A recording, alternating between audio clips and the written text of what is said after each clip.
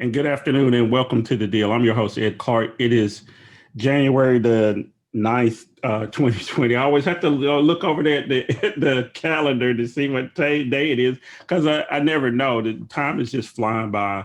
We're in 2021, and thanks a lot, folks, for staying with us through 2020. 2020 was a hell of a year, and it looks like we started out again.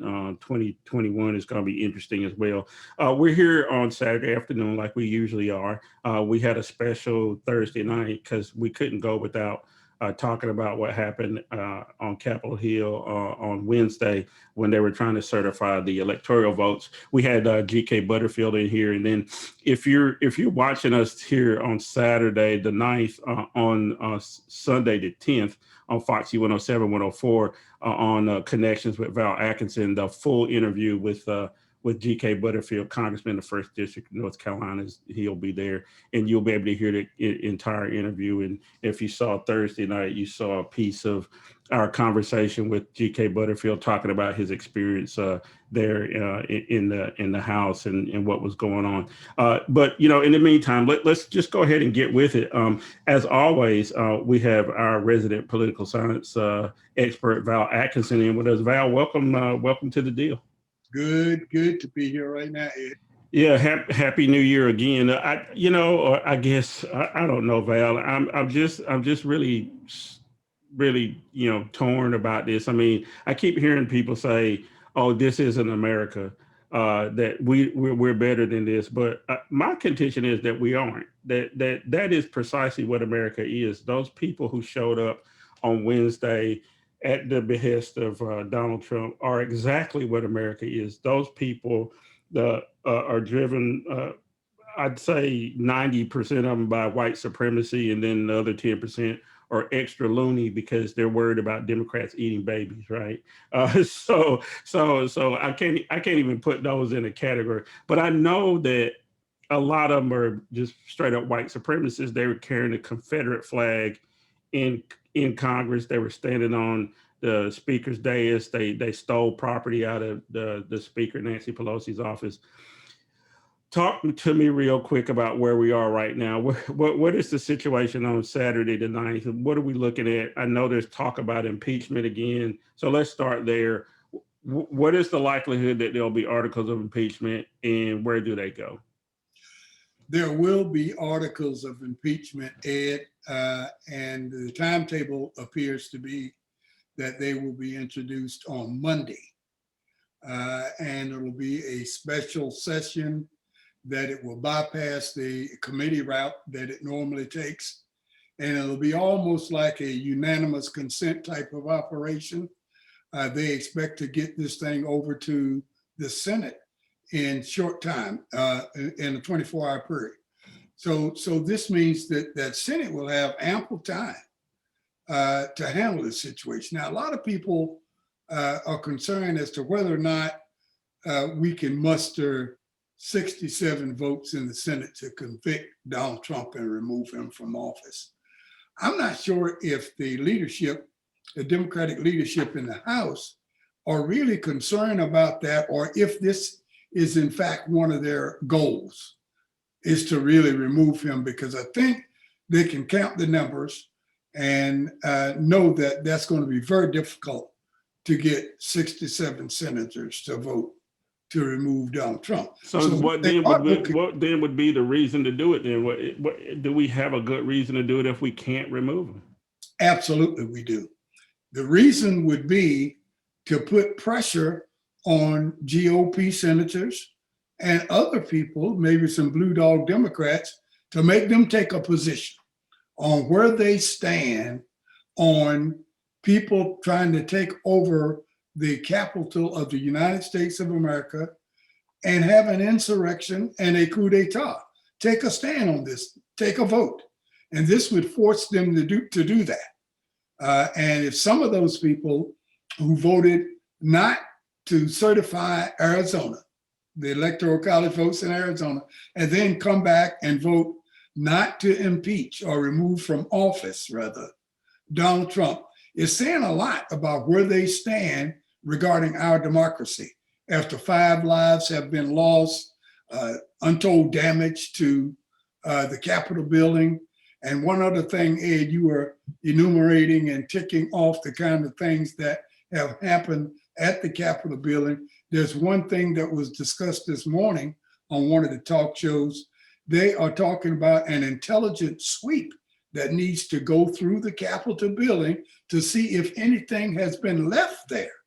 Not so much concern about what was taken from there, but listening devices or other things that they could gather information that they should not have about the operations going on in secret meetings in the Capitol building. So this is a big issue, and we need to pull out all the stops and make sure we're doing everything to really protect this democracy. Yeah. So there's a lot to be done, short period of time to do it in. Yeah, I want to remind everybody you're watching The Deal with Ed Clark, and that's Val Atkinson, resident political science professor. As the year goes on, we'll be bringing back our regular panel, people like Nicole McFarland and Cheryl Catchings and all of those folks that you're used to listening to, Dr. Felicia Harris, Attorney Ken Harris, all those people we got lined up coming up. But I just wanted to talk to Val today to try to make some sense of what's going on. Val, this would not have gotten as far as it did had senators not stood up and raised the objection, right? Because if a House member said that they had an objection, they had to have a senator that would sign on. And two senators in particular, Ted Cruz and Josh Hawley from Missouri, Ted Cruz from Texas, they have been staunch supporters of the president. They have been ones pushing this, rigged election thing, and that it needed to be looked into. And then for both of them at this point to say these people are thugs and they need to be dealt with or whatever, after they incited these people to come, what should happen to Ted Cruz and Josh Hawley? Well, if the evidence points toward indictment, points towards raising charges, that's exactly what should happen. Merrick Garland, probably in all likelihood, will be the Attorney General when that decision comes up. And charges should be brought. I don't know what the charges should be. The evidence will dictate that. But they should be brought up on charges, and an effective jury or judge should make the decision about their guilt or innocence. And the law should be followed, but they should not be given a pass. There should be no excuse. As a matter of fact, they should be held at a higher standard than anybody else. They've taken an oath to defend this country and the Constitution from all enemies, foreign, and then now we got to say particularly domestic. We're talking about a possible coup d'etat. You can't have two sitting senators pretending that they are not a part of it when they are in fact deeply involved. Yeah, I might be catching a little bit off guard, but do you know of any precedents for not just censure of people for doing something bad like that? I don't know if there's been a situation where there's been a senator charged with sedition or anything like that in American history. I mean, this is very serious stuff. With the new incoming Senate, Chuck Schumer will be the leader of the Senate. Even though the majority is slim, there will be a majority with Kamala Harris still essentially having a Senate at large seat, being the vice president. Is there any impetus for the Senate to bring them up on charges, at least maybe censure and maybe remove from their Senate seat? No, not really. And the reason for that is the best example I can give you is the coup d'etat in Wilmington in 1898, when all of the elected officials were really on the side of the people who were rioting, the mob, all of the people who were trying to overthrow the government. They, as a matter of fact, not trying, they did overthrow the government. And the senators, even the president of the United States, who happened to have been McKinley at that time, was called and told, hey, they're kicking us out of office. The Constitution says we lost the election and we're supposed to leave office in March. This is still November and they're making us leave office today. Can you send some troops down or whatever? and he did nothing. He was complicit. And so not only him, but the governor, the legislature of the state of North Carolina, everybody stood by and let these racist mobs throw all of the black elected officials and appointed officials out of office. Not only that, to run business owners out of town, take their possessions from their businesses, their homes, and pass pass those things down to their offsprings, which I'm sad to say, Ed, some of the great businesses in Wilmington, North Carolina today were gotten by running the proper owners out of town and just take it over and then pass it down to their offsprings through the years. And now they are successful businessmen. Yeah. Yeah, And isn't very it funny? rich business. Yeah, yeah, isn't it funny how we Americans don't know that history, right? But Right. but I guess it's not funny. It's just true. One other piece to this, Val, is that the backbenchers in the House, all those House members, 120 or so, who went along with the Republican scheme, they can sort of hide underneath Josh Hawley and Ted Cruz, right? Because it's just a whole long list of Republicans. You can just say damn near every Republican, except one or two, have spoken out about what was going on, and only a few didn't participate in the shenanigans. Um, what's the repercussions for those people? Because I think all of the Republican House delegation in North Carolina went along with the nonsense. I know the senators didn't. They didn't. The two senators we had did not sign on, which was surprising to me. But whatever. What happens to these House members? Nothing, absolutely nothing.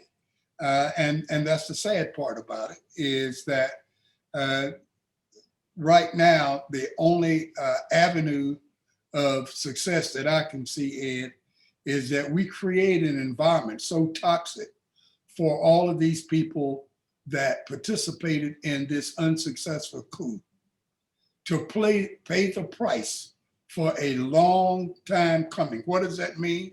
That means indictments, prosecutions, convictions, and jail terms, long jail terms. I am really disappointed at some of the charges that I'm hearing right now. Some of the people that the pictures have been taken of the individual who took Nancy Pelosi's podium and was charged with taking federal property and breaking and entering. Those charges need to be upgraded.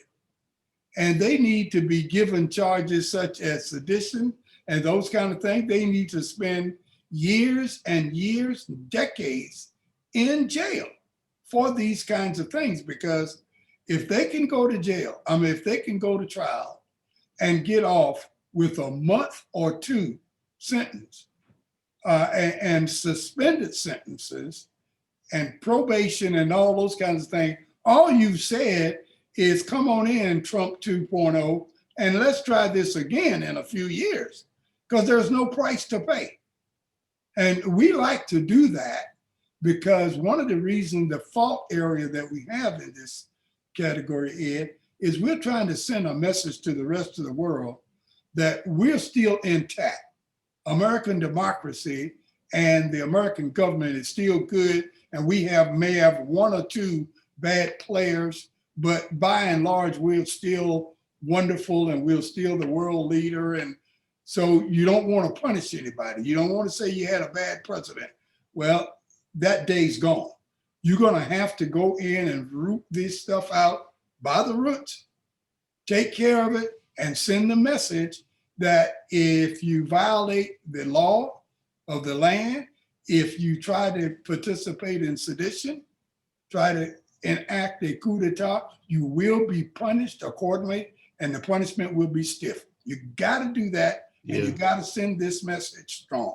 Yeah, there's got to be some heavy sentences, and there's got to be some retribution, for what went on. Because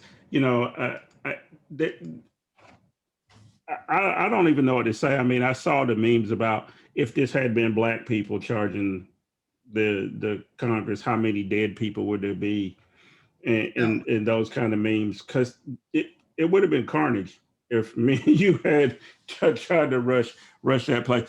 You know what? This is a good time to take a break, and when we come back, Val, I want to talk some history. So put on your professor hat.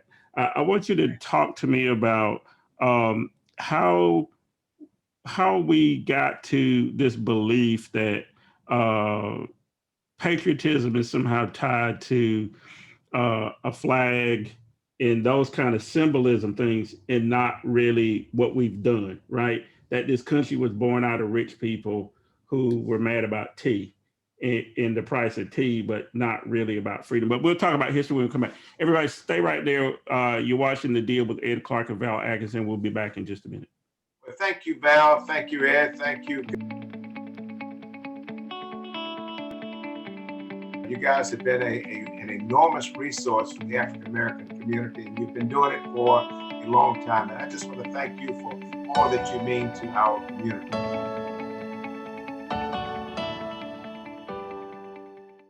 And welcome back to The Deal. I'm your host, Ed Clark. Over there is Val Atkinson, joining us from lovely Holly Springs, North Carolina. And when we left, we were wrapping up talking about some of the backbenchers in the House and how they're not going to face any retribution for their support of the nonsense. We talked about Ted Cruz and Josh Hawley. We talked about impeachment and what the likelihood of articles being filed tomorrow, all that stuff. Val, in the break, we started having this discussion about history, because one of the things I value about our friendship over the last 3 decades or more is that I can ask you questions and then you have a reference for it, right? It's not just your opinion. You've studied this stuff and you have a reference for it. I want to talk some history real quick, because I think it's beneficial for people who listen and view the show that we're coming from a place of knowledge. So can you take me back to the revolution?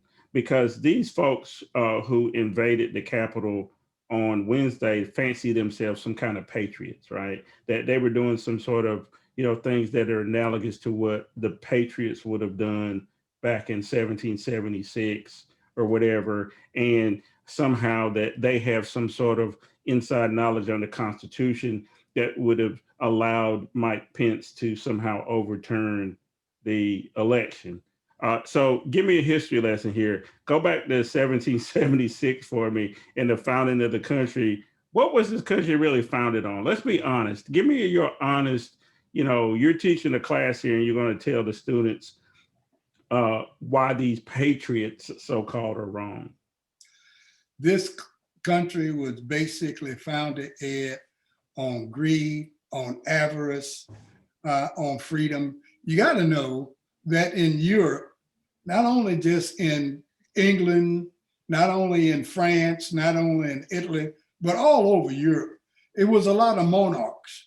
There were kings and queens all over the place. This whole concept of democracy hadn't taken hold yet. And so a lot of people were mad at the monarchical situation and form of government, but they were mad because they weren't born with the right DNA. It come to find out that they were okay with the concept of monarchy if they could be a part of that. So we came up, when I say we, I'm talking about the United States of America, not me and my bloodline necessarily. But the United States of America came up with a thing saying, hey, look, everybody is going to be equal. You can make your bed hard or soft, but you got to lay in it, and you can do all these great things. We were still under the control of the British at that time. And they were about the business of making money and using that money to finance their wars and their empire, their world empire. The whole business about the sun never set on the British Empire was true. You could follow the sun all around the globe, and from sun up to sundown, you were going into a place, a geographical place that was managed and owned by the British Empire. So the sun never set on that. But now the colonists are becoming disillusioned. They're becoming mad because the British are constantly taxing them more and giving them less opportunities. British need more money to fight their wars. And they says, hey, I've had enough of it. So they decide that we're going to do our own thing. And we don't want to be a part of the British Empire anymore. We want to fight. We're going to throw the tea in the harbor to tell you about our displeasures and those kinds of things. So up pops the Revolutionary War. We win. And if you take a look at the first 10 amendments after the preamble, after the 7 articles, the first 10 amendments were basically written for the British. We wanted to make sure that the things that the British did to us that an American government could never do. And we began by in taking a look at Articles 1 and 2 in the Constitution. 1 set up the legislature, and they set it up in such a way that nobody would have more power than anybody else. New Jersey wanted to make sure that people were equal, so they wanted the a branch of the legislature. They wanted the legislature to be equally populated. 2 senators per state, let's say. Virginia says, no, this thing ought to be done another way. Population should be based, the representation should be based on population. And so came up with a Connecticut plan. It was a gentleman from Connecticut that said, why don't we have 2 houses, a bicameral form of government, 1 based on population, 1 based on equality. And so that's how we came up with the House and the Senate and those kinds of things. Mind you, it never was about the business of equality and those kinds of things. What they hadn't discussed yet, and when they got around to Article 2 of the Constitution about the form of government we're going to have, they knew they didn't want to have a king, no monarchy and that kind of stuff. So they came up with the term president. Okay, we're going to have a president, and that'll be fine. But they spent untold amounts of time and headaches and problems trying to figure out how would this guy be elected. They got tired. Somebody said that the governors ought to elect the president or select the president. Then there was a group that wanted the legislature to select the president. And then there was another group that said, well, why don't we let the people do it? And everybody went up in arms. No, you can't let the people do it. People cannot select the president. They're too stupid. They're uneducated. People don't know nobody, you know? They don't know. There's no internet yet. We can't have that happen, right? So they ended up coming up with something called the Electoral College. The worst thing in the world. But anyway, that's a topic for another story. But they came up with that to resolve that issue. We go back to those first 10 amendments. You know, you're talking about freedom of speech, the right to bear arms, number 2, number 3, where soldiers can't be quartered in your house, another thing that for the British. Number 4, unreasonable searches and seizures. What does that mean? They were just stopping people whenever they got ready, right? Mm-hmm. And you talk about 5, not being forced to incriminate yourself, vote, you know, testifying against yourself and that kind of thing. 6, you're talking about a speedy trial.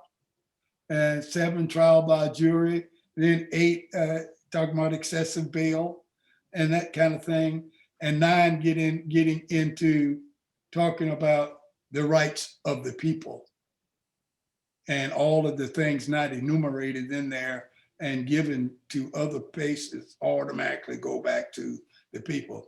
And the 10th Amendment that most conservatives talk about is states' rights. The states have the right to be whatever they want to be.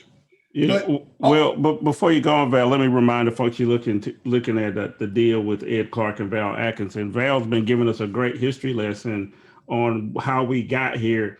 And what I'm fascinated by, Val, you just rattled off the 10 amendments.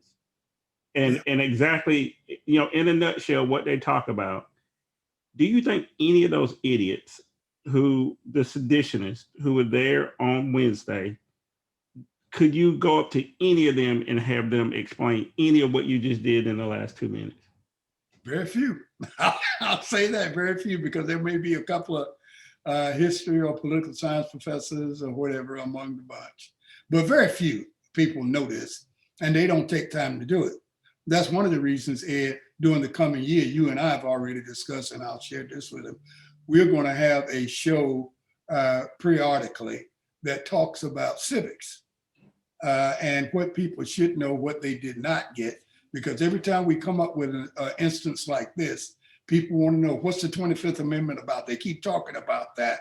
And we had to ask Congressman Butterfield when we interviewed him, which people will hear tomorrow, to talk about 25th Amendment, what's it about. People don't have a good sound footing in civics and what it's about. So we're going to bring some of that to them at a later date. But if I can fast forward right here, Ed, if I might, way beyond the first 10 amendments and how we got to be a country, and let's go to 1783, because that's when the British, people talk about 1776 being the birth date of America. That may be true. That's when we decided that we were independent. But the British didn't let us go to 1783. That's when they said we have no more interest. So that's the official time frame. But at that time, this country was run by white males. You couldn't vote unless you were a white male property owner. That means poor white folks couldn't vote. White women couldn't vote, much less anybody else. And one of the other things, and this has to do with gerrymandering and voter suppression, I'll put in here really quick. The people who wanted the Virginia plan, who were interested in the House, wanted to know, why couldn't they count everybody when you did the census every 10 years? They wanted to count everybody because they wanted to count their slaves. They wanted to have more representation in Congress so that they could vote to keep Northerners from destroying the institution of slavery. So they got that out of them. And there's the 3/5 clause is a part of the Constitution right now. And of course, there's the 13th Amendment, and the 14th Amendment eliminated a lot of that. But the 3/5 clause said that you could count slaves as 3/5 of a person when you're doing your counting, your census counting, to determine how many congressmen you should have in the House of Representatives. That was egregious. That was almost unfathomable to think about, because when you fast forward to the 14th, 15th, and 16th Amendments, where we are all free, slavery is abolished in 13th Amendment, citizenship is provided in 14th Amendment, and Black males are given the right to vote in the 15th Amendment. But it didn't mean a lot, because the governments of the South, they got a bonus. They got an uptick of 20%, because the Constitution before the 14th Amendment already gave them 3/5 of a person for every Black they had enslaved. And now you don't have 3/5 anymore after the 13th and 14th Amendment. You got a whole person there, but you don't let them vote. So now you're being overrepresented in the House of Representatives. And that stayed that way all the way until 1965 with the 1965 Voting Rights Act. And that stayed that way until Shelby v. Holder was passed, that killed Section 4 of the 1965 Voting Rights Act, which now you don't have to have anything you plan to do pre-cleared before you do it, which means states like Pennsylvania, Texas, and North Carolina rush to get their gerrymandering and voter suppression changes into their state constitutions before anybody could do anything about it. Yeah. We're going to talk about that a little bit more too. But Vietnam era, Ed, was the era that started all of this flag waving and ultra patriotism. I know you need to. And I want you to. That's a good setup, because that's where I want to go next. I want you to explain to me what these flag wavers are doing and what exactly they're trying to represent. So we're going to take one more break, and when we come back, we're going to pick up, and Val's going to explain to us why these folks are dangerous that are waving the flag and what that's all about. So stay right there. You're watching The Deal with Ed Clark and Val Atkinson. We'll be back in about a minute.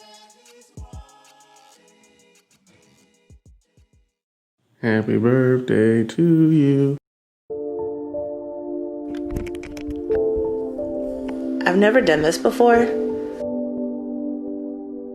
Happy birthday to you. We're here for Precious. Happy birthday, dear Precious. What's back on you? Day 4. You may not understand. Happy birthday to you. Yeah, this is chapter 32.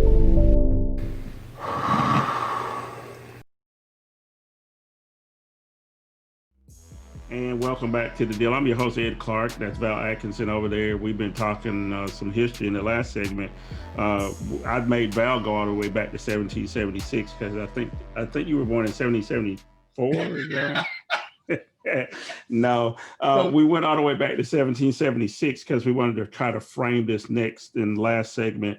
Val, the people that were running around inside of the Capitol, a lot of them were carrying Gadsden flags and American flags and Confederate flags and Trump flags and talking about patriotism and all that other stuff. And before we left on the break, you were given the setup about what happened during the Vietnam era and immediately after that gave some of these people the idea that flag waving and chest thumping was the way to go. I want you to pick up on that. Talk to me about your view of what happened during and after the Vietnam War that led us to where we are right now.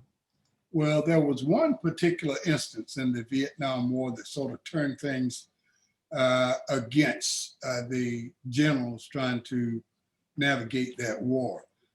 Lieutenant Calley had an incident in a place called My Lai in Vietnam where his troops killed scores of innocent women and children.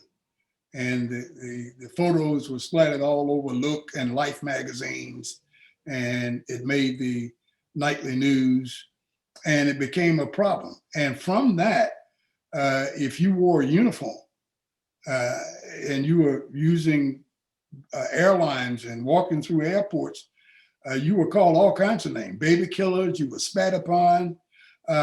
Soldiers had bad names. It got so bad that some soldiers didn't even wear uniforms when they went to college campuses to recruit or whatever. It was really, really bad. And what the generals vowed to do after Vietnam was over was that we have got to make sure that the general populace is not against us in the next war. And they began to put things in place. And of course, you got to understand the next real war that we were involved in was Iraq. So begin to put things in place, like having people wear flags in their lapels, singing of God Bless America, and hollering and stamping USA, USA. The fervor of support and nationalism and patriotism, that became the thing of the day. And all of that was to ensure that citizens did not look at the war, the American soldier, as they did in Vietnam. That was the purpose of it. And it caught on. It caught on so big that when we take a look, next thing you notice that even Democrats now have to wear lapel pins. Because it got to the point that if you didn't wear a lapel pin of the American flag, you weren't patriotic. And it's gotten really off the map now that people have taken those pins off of their lapel and they have put that flag on their front porch. And I can't tell you, you can go in some neighborhoods, Holly Springs in particular, and you can see American flags. You would think every day is the 4th of July. Because what these people are doing now, they are selling their ideology. That's what they're doing. They want you to know how conservative they are. They'll tell you, they won't tell you that. They'll tell you that they are patriotic. No, but the real story behind that, Ed, is they're trying to say they are more patriotic than people who don't agree with them 100%. So if you disagree with them on anything involving politics, then you are not as patriotic as they are. And most of them are conservative, very conservative people. And you see flags flying not only on porches, but on license plates and stickers in back windows and everywhere. And that's become the new conservative ideology now. You know, they took religion some time ago. Now they've taken the flag, and I don't know what's next. Yeah, I hear you. I want to remind you, you're watching The Deal. This is Ed Clark and Val Atkinson. We're getting a really good history lesson today, and folks, I recommend that you share this with folks. I mean, Val in the last 15 minutes here has taken us all the way from the founding of the country to today, and encapsulated, where this nonsense originates from. There's one thing to be patriotic, one thing to love your country, one thing to support your country or whatever, but there's another thing to be a fascist. And the tendencies, Val, of these people remind me more of fascism. I'm thinking of Benito Mussolini is that Donald Trump is more of an archetype. A lot of people talk about Adolf Hitler, but Trump strikes me more as a Mussolini type. He sticks out his chest when he's in front of the crowd. He kind of preens and that kind of thing. His mannerisms and aphorisms are make America great again. And Mussolini talked about making the trains run on time in Italy, and that he was going to build Italy up, because it had been torn down, and he was going to make the Roman Empire great again, right? So it's almost cartoonish as when you look at Donald Trump. But what he's been able to do is he has these people that you were just talking about, the flag wavers and chest thumpers, who need a dictator to make this thing work. Can you explain to me this tendency to want a strongman dictator? And like I said, I tend to stray away from using the Hitler analogy. To me, he just seems more like Mussolini. What do you think about that? Well, getting from my study of Donald Trump, and it's not been very much, and a lot of people are taking a look at him these days.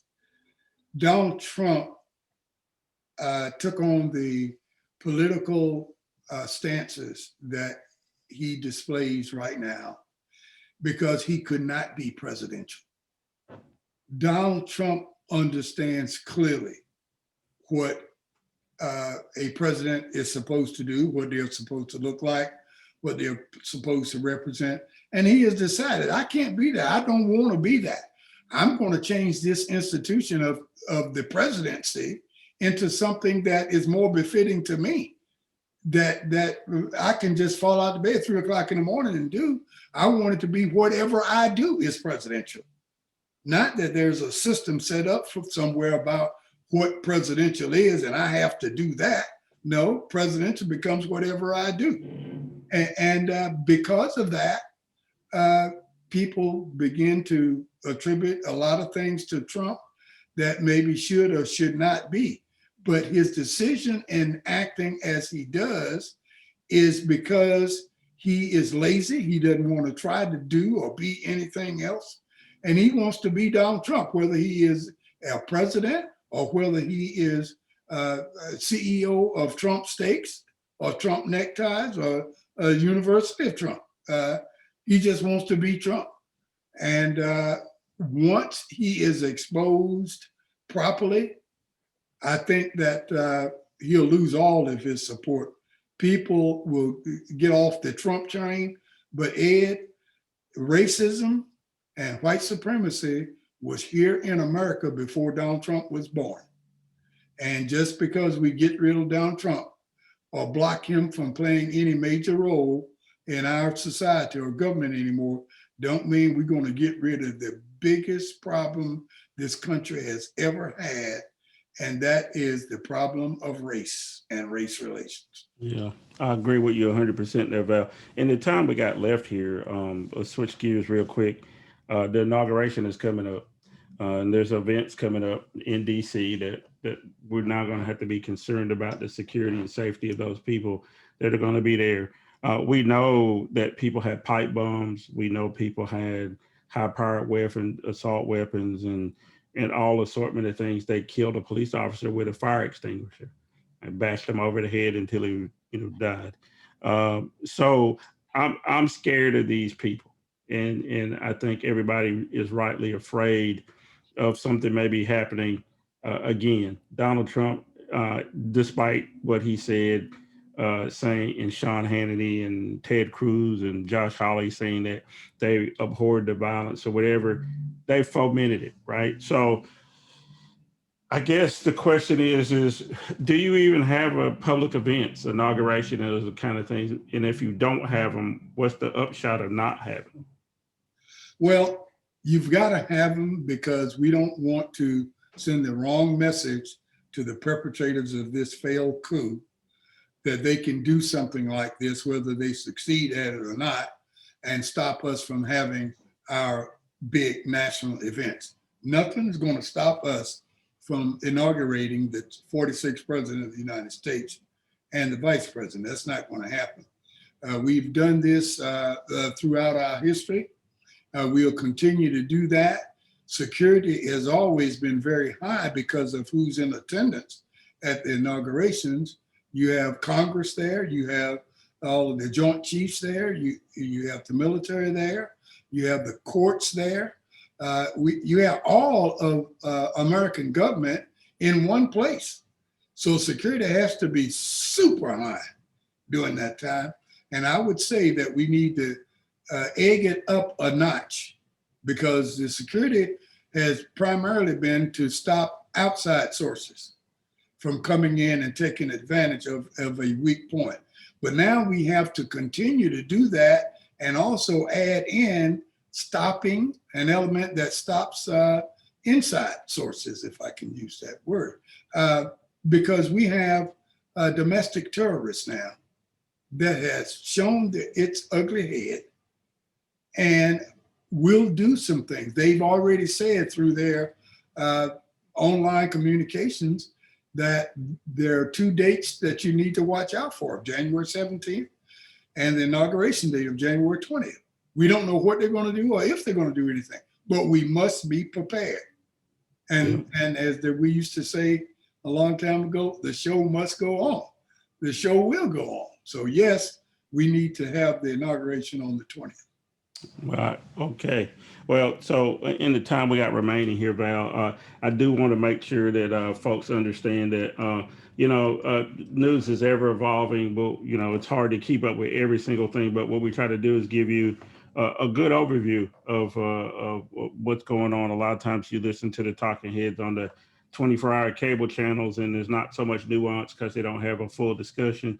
They're quickly, bringing somebody on and then they're off in 2 minutes or they're running out of time or whatever. So that's why we try to have these long discussions here. We try to fill it with history as well, so you get some context. So it's not just me and Val spouting off at the mouth. I know I do spout off at the mouth now. I do that. And I will say what my opinion is, which is the reason why we have our website, thedealwithedclark.com. And if you go there, you can read my spout offs when I'm running off at the mouth. So Val Atkinson, I know you're working on something that's really important that's coming up that has to do with what we just went through, a book about the Electoral College. Can you spend some time here, 2 or 3 minutes, talking about your book and why it's important for us to think about it right now? Well, it is critically important because people know not enough. A part of the book, the reason I wrote it was because when I was teaching in the political science department, I always wanted supplemental books to augment the primary book source for that course that I was teaching. And the supplemental books, supplemental readings were just as important to the primary source for me. And I would love to have had a book that, like I just wrote, which is entitled The Electoral College and the Black and Brown Vote, to really get into the nuances about how this thing really works and who it affects, how and why. And that's the reason I wrote the book, because I wanted, this is something that I would like to have had while I was teaching. And as getting it, while I got into the book, I found that came up with the question, how many people really know what they should be knowing about the Electoral College? So I conducted a poll. I did a survey. I did a survey to find out what people knew. And I got the help of people all up and down the East Coast and out in California as well. And the results of that polling or survey was startling. I always knew that people didn't know very much about the system that they use to elect their leaders. I didn't know how big of a dearth exists in their knowledge about the Electoral College. It was almost appalling. So I knew then that, okay, you have a good reason for writing this book and putting it in such a way. I wanted people to understand on all levels. I had to understand I wasn't teaching a graduate course in political science. I wasn't even teaching an undergraduate course. I wanted people that just went to school, high school, maybe not even finished high school. Right? I wanted because these people can vote. And if they can vote and participate, they need to understand what's going on. So I wrote it at a level a little less challenging than my first two books, because I wanted people to understand how things work and how it got to be. And Ed, I appreciate your reading the book and writing the foreword for me.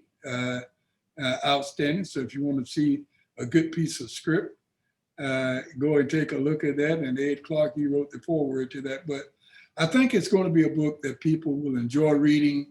And the afterword really takes in account some things that have happened since November the 3rd.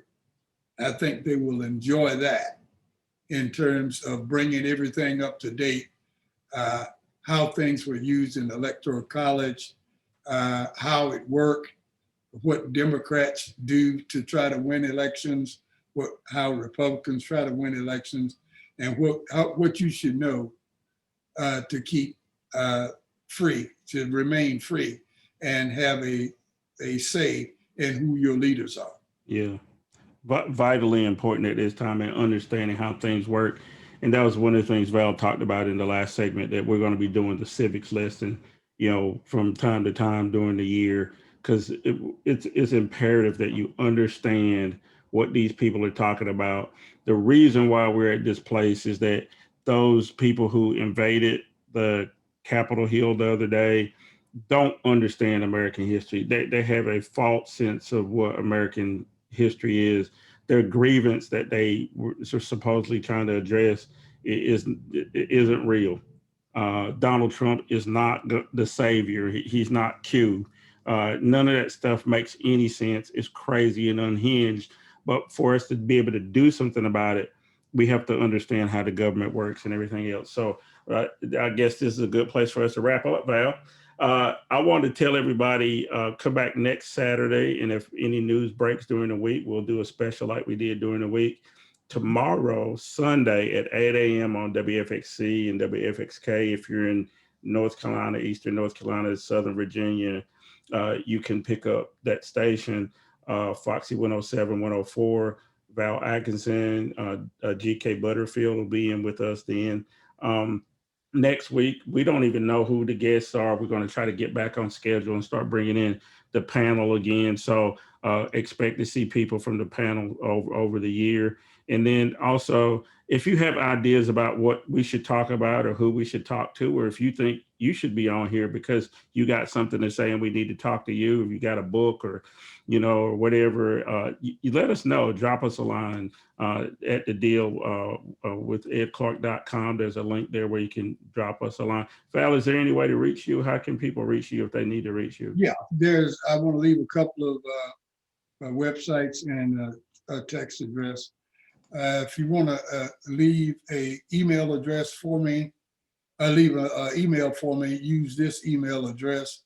It's val@foxync.com. Again, that's val@foxync.com or ncblackvote@gmail.com. ncblackvote@gmail.com. My text number is 919-656-5240. Again, 919-656-5240 is the number for text messages. So you can get me either way, email or text. Be glad to listen to you.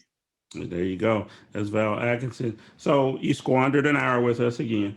But I think it was worthwhile. I mean, we talked about a lot today, and let your friends know about the deal with edclark.com. Let your friends know about the deal with Ed Clark and Val Atkinson. Again, we're trying to bring some more people into the family. Nicole McFarland will be back with us as well. She's going to start writing some pieces for the website. And again, we want to build this family because I think we got something going here. The next 4 years are going to be really interesting. Joe Biden and Kamala Harris have a very big task in front of them. Next week, we're going to be talking about what those first 100 days of a Biden administration is going to look like. So in the meantime, have a great rest of the weekend and a great week. Hopefully nothing too bad happens during the week and you don't see me and Val again until next Saturday. You've been watching The Deal. Talk to you later.